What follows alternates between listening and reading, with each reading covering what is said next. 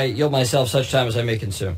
The gentleman is recognized. I rise in opposition to the bill before us. This is a Democrat bill under the guise of consumer protection that will destroy the accuracy and completeness of consumer credit files. This will lead to a weaker financial system with undermining a great deal of safety and soundness that we have built up over decades. This will, in essence, socialize credit scoring and therefore credit allocation. And look, this is an election year. I see that, and I see that not just in the rhetoric here in the House, but in the legislation that's before us today. This bill will weaken underwriting standards. It will make extending credit a riskier and more expensive activity, ultimately impacting both the cost and accessibility of credit for all Americans. Let me be clear. For more than a year now, I've made the same statement on the House floor when the House Financial Services Committee has a bill here on the floor. Committee Republicans stand ready to work with the Democrats on issues that are important to the American people. And this bill is a prime example of this. We support policies that create jobs, grow our economy, and make our nation more secure. Today is no different. Republicans want to work with Democrats to help all consumers, especially consumers who may be struggling to access the necessary credit to apply for a home loan or replace a broken washing machine, perhaps even start a small business. We want to reach a bipartisan compromise to reform the Fair Credit Reporting Act, or FCRA. We want to find a compromise that meaningfully helps consumers and at the same time stands a chance of being signed into law. This bill is not that. I fear my colleagues have thrown out bipartisanship in favor of satisfying political allies in an election year. This bill socializes credit modeling, giving the CFPB, an unaccountable bureau within the government, the ability to develop, maintain, and regulate credit modeling and factors used in analysis. You're going to have politicians making the decisions on how credit is scored. That's a dangerous thing and something in the United States we should not stand for. This bill prevents employers from knowing the creditworthiness of employees. This creates a situation in which employees who are in significant debt could be targets of bribes or extortion, or perhaps take money that is owed to other people.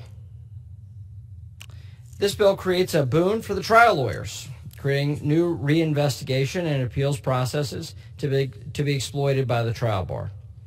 This bill diminishes the value of a credit score as a determining factor in extending credit. I don't think that's a secondary effect. I think that is the primary goal of this bill. By removing past credit scores after 2 years from a report and prohibiting those scores within the 2-year period from being used as a factor. This bill also arbitrarily changes the time period negative information, such as a missed payment, remain on a consumer's credit report. This bill makes it more difficult for private lenders to compete in the student loan industry by allowing delinquent borrowers or a borrower who has defaulted on a loan to rehabilitate their credit outside the contractual terms. This bill imposes unfunded mandates on the private sector to a really unprecedented degree. These provisions make clear that Democrats want to what the Democrats want to accomplish in this bill. They want to socialize credit and the models underlying credit allocation. This bill takes credit reporting out of the hands of the private sector and gives it to the government. Let me be clear, I'm no fan of the large credit reporting agencies, also known as CRAs. In fact, during our one hearing on this topic last February, nearly a year ago at this point, I used the term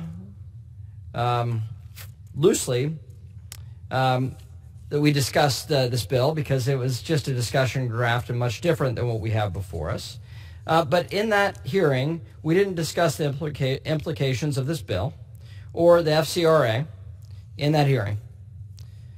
And I made it clear at that hearing that I share the chairwoman's concerns with the credit reporting agencies, their lack of competition, and their oligopoly. In fact, there were aspects of the original discussion draft of this bill that's not part of what we have today that I thought had merit and should be explored in greater detail. For example, I have concerns that the CRA's operations are not consumer-friendly as they should be or could be. Moreover, not once after that hearing did the committee consult with additional subject matter experts on the inefficiencies, ineffectiveness, or the improvements needed to the Fair Credit Reporting Act. Not once after that February hearing did we discuss how to make CRAs work better for the consumer.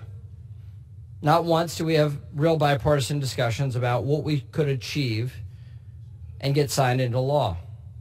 This is something that both Republicans and Democrats actually agree on, the need to reform this process.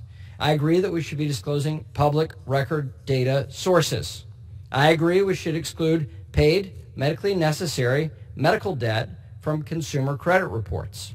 I agree we should prohibit certain adverse information resulting from financial abuse or predatory lending from being included in consumer credit reports.